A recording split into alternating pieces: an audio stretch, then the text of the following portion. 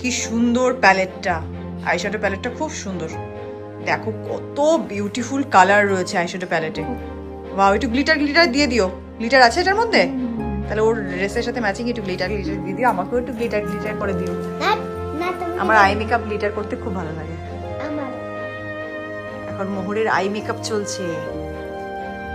কি শ্যাডো জিজ্ঞেস করো, কি শ্যাডো দিচ্ছ এটা? গ্রিন কালারের আই শ্যাডো। হ্যাঁ, ওর ড্রেসটাও তো পেস্তা কালার, পেস্তা গ্রিন। হ্যাঁ, তাহলে চুপ করে বস। তো hello everyone, welcome back to my channel. আজকে কিন্তু তোমরা কালকের মেকআপের ভিডিওর বাকি পার্টটা দেখতে পারবে। কালকে তো দেখেছিলে মোহরের মেকআপ কিভাবে হয়েছে, মোহরের ফাইনাল লুকটা, আর আজকে দেখতে পারবে আমার লুকটা। চলো কথা না বাড়িয়ে আজকের মেকআপ ভিডিওটা শুরু করা যাক। এবার থেকে মেকআপ করলে আগে টোনারটা খুঁজে বার করে রাখবো। আমি তো ময়শ্চারাইজার তারপরে প্রাইমার মারি, টোনার মনে তো আমি আগে ময়শ্চারাইজার তারপরে প্রাইমার মেরেই করি। হ্যাঁ, আমিও তাই। আমরা এখানে আলোচনা করছিলাম মেকআপ আর্টিস্ট পরপর স্টেপ বাই স্টেপ কি কি প্রোডাক্ট ইউজ করে আমাদেরকে মেকআপ করছে। তো তোমরাও মন দিয়ে শোনো, তোমাদেরও কিন্তু মেকআপটা শেখা এখানেই হয়ে যাবে। স্প্রে দিল, না ময়শ্চারাইজার ময়শ্চারাইজার স্প্রে এটা করবি তো, তাহলে চুপচাপ চুপচাপ থাক। আমি আজকে তোমাদের সাথে সেটাই শেয়ার করব, যেভাবে এই মেকআপ আর্টিস্ট আমাকে মেকআপ করিয়েছে তার স্টেপগুলো প্রত্যেকটা আমি তলায় লিখে লিখে দিচ্ছি। তোমরা কিন্তু পরপর ভিডিওটা স্কিপ না করে দেখো, তাহলে কিন্তু প্রত্যেকটা স্টেপই তোমরা বুঝতে পারবে। এই তুমি আর বাবা চলে যাবা, ঠিক আছে? এখন আটা ময়দা লাগানো হচ্ছে। ঠিক আছে। সুইচ দাও নাকি বৌদি? ফাউন্ডেশন অ্যাপ্লাই করার পর ওটাকে এই ব্লেন্ডার দিয়ে ড্যাব করা, এটা কিন্তু খুব ইম্পর্টেন্ট একটা স্টেপ। কেন কি ফাউন্ডেশন যদি ঠিকঠাক করে মিক্স না হয় তাহলে কিন্তু অনেকটা ক্রেকি একটা ব্যাপার চলে আসে, মুখটা একটা মুখের মধ্যে মেকআপটা যেন ক্র্যাক করে যায়। এই মেকআপ আর্টিস্টদের না এই ব্যাপারটাই আমি বুঝি না, এই যে হঠাৎ করে একদম সাদা ভূতের থেকে কি করে যে সুন্দর একটা মেকআপ হয়ে যায় আমি ঠিক বুঝতে পারি না। আমরা এরকম সাদা ভূত থাকলে তো বেরোনোর সময় সাদা ভূতই লাগবে, এখনো তো সাদা সাদাই লাগছে। এখনো আই মেকআপ বাকি, লিপস্টিক বাকি। দেখা যাক ফাইনাল লুকটা কেমন হয়।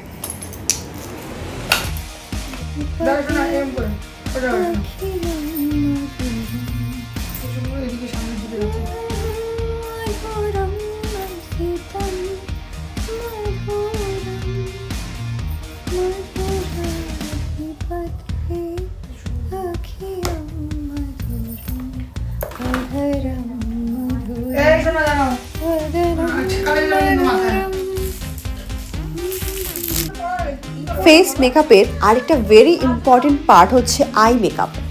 চোখ এবং ঠোঁট এই দুটো যদি অ্যাট্রাকটিভ হয় না, পুরো মেকআপটাই কিন্তু পুরো খুলে যায়।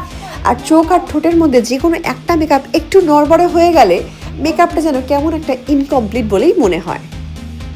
আর আমি যত মেকআপ আর্টিস্টের কাছেই সেজেছি না কেন আজ অবধি, একটা জিনিস লক্ষ্য করেছি যে আই মেকআপ করতে কিন্তু মানে যারা খুব ভালো মেকআপ আর্টিস্ট না, তারা আই মেকআপ করতে সবচেয়ে কিন্তু ম্যাক্সিমাম টাইম দেয়। এটা মাকে দেবে, এখন নষ্ট হয়ে যাবে, এটা মাকে দেবে না। আমি ব্লাশ দিয়েছি, আমি আর ব্লাশ দেবো না। আমার আই মেকআপের এখন কিন্তু কাট ফ্রিজ করা হচ্ছে। দেখো পুরোটা করা হবে না, হাফ করা হচ্ছে, এজন্য এটাকে কাট ফ্রিজ বলে। কার জন্য লেট হয়েছে? আমার জন্য বলে লেট হয়েছে। তোরে আমি কখন থেকে বলছি চুল বাঁধতে দাঁড়া, শোনা চুল বাঁধতে দাঁড়া, শুধু লোকের নামে দোষ দাও নাকি?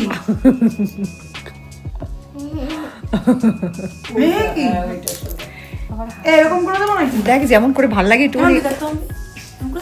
পেটটা ঢেকে দেই, ভাঁজ করে দে, ভাঁজ করে না মানুষ।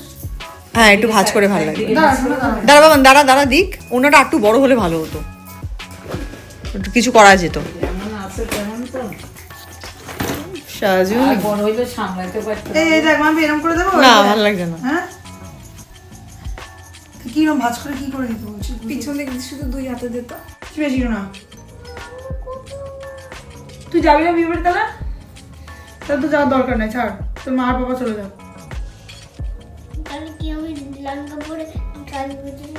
কালী পুজো না, তুই বাড়িতে বসে বসে ভাত খাবি? কালী পুজো লিপস্টিক দিয়ে সুন্দর করে লিপটা আঁকার পরে কিন্তু এখনো দেখো আই মেকআপের কাজ চলছে। আই মেকআপটা কিন্তু আস্তে আস্তে মুখের সাথে মানে পুরো মেকআপটার সাথে ম্যাচিং করে আস্তে আস্তে সেট করা হচ্ছে। আর ওই টানা টানা বোল্ড আই করা ওগুলো অনেক বেশি ওল্ড ফ্যাশন হয়ে গেছে।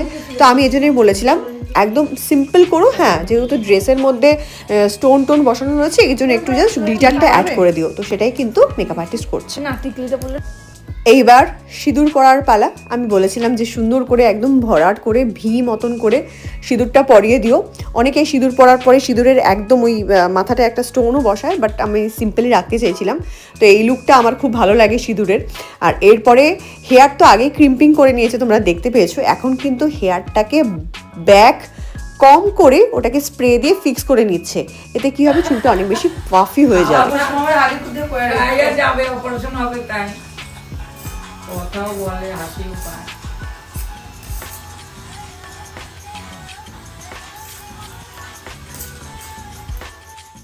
হেয়ার স্টাইলিংয়ের একদম লাস্ট পার্টে চলে এসেছি। চুলটাকে ক্রিম করে তারপরে ব্যাক কম করে হেয়ার স্প্রে দিয়ে পাফ করার পরে পেছনের পোর্শনটা কিন্তু কার্লিং করার কাজ চলছে। যেহেতু চুলটা আমি খোলাই রাখতে চেয়েছি, লেহেঙ্গার সাথে খোলাটাই বেশি ভালো লাগে, এজন্য সামনে হালকা পাফও থাকলো, মুখটা ভরাটও লাগলো, আবার কার্লিটাও থাকলো, যাতে চুলটা বেশ সুন্দর লাগে। মানে কিছুই করিনি, আবার অনেক কিছু করেছি, এই রকম একটা জাস্ট ব্যাপার। তো চলো আজকের ব্লগটা আমি এখানেই শেষ করছি। না তোমরা কোথাও যেও না, ভিডিওটা কিন্তু এখনও শেষ হয়নি, আর একটু রয়েছে। তো তোমরা শেষ অবধি ভিডিওটা দেখো। খুব শিগগিরই আরেকটা নতুন ভিডিও নিয়ে দেখা হচ্ছে আমার চ্যানেলে। ততদিন সবাই খুব ভালো থেকো। আমাদের মেকআপ লুক তোমাদের কেমন লেগেছে অবশ্যই কমেন্ট করে জানিও। তো এই যে আমাদের ফাইনাল মেকআপ লুক, আমরা কিন্তু কমপ্লিটলি এখন রেডি হয়ে গেছি। জাস্ট মোড়ে পাপা আসবে, রেডি হবে, আর আমরা পৌঁছে যাব বিয়ে বাড়িতে। তো কেমন লাগছে আমাদের অবশ্যই কমেন্ট করে জানিও। ভূত, পেতনি, শাকচুন্নি যা খুশি কমেন্ট করতে পারো। তো এই দেখো, এটা হচ্ছে ফাইনাল লুক, পুরো রেডি হয়ে গেছি।